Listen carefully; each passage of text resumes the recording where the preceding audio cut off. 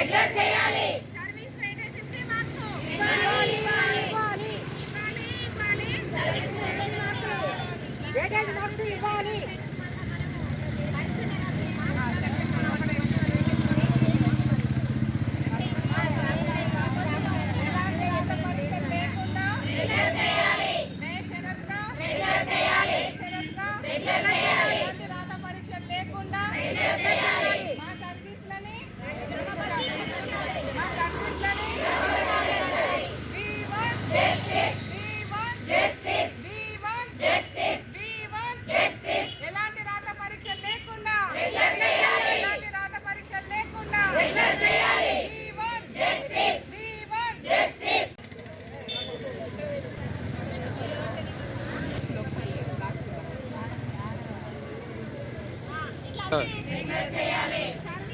50 marks ఇవ్వాలి. Service weightage 50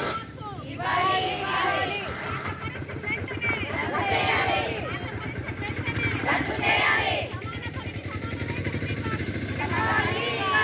సమాన పనికి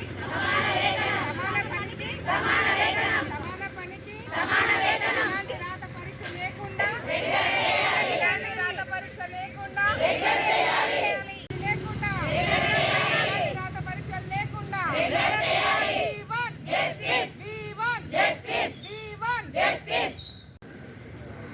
గౌరవనీయులు ముఖ్యమంత్రి వర్యులకి మరి ఈ రోజున రాష్ట్ర స్థాయిలో జేఏసీగా మేమందరం కూడా ముందుకు వచ్చి అన్ని సంఘాల బాధ్యుల నుండి మరి ఈ రోజున మేము ఒక రిప్రజెంటేషన్ డిఎంఎడ్హెచ్ఓ గారికి మరియు అట్లాగే కలెక్టర్ గారికి అట్లాగే ముఖ్యమంత్రి గారికి కూడా మేము తెలియజేస్తున్న విషయము ఈ సందర్భంగా ఏంటంటే గత 2007, 9, 11కి సంబంధించి ఇట్లాగే పోస్టులను అనేది విడుదల చేసిన పిదప మరి రోడ్డు మీద మా అక్క చెల్లెళ్ళు కాంట్రాక్ట్కి ఏఎన్ఎంస్కి సంబంధించి మా సెకండ్ ఏఎన్ఎంస్ని అందరం కూడా రోడ్ల మీద బైఠాయించిన రోజుల్లో అప్పుడు కూడా మరి రెగ్యులరేషను అనేది కల్పించారు.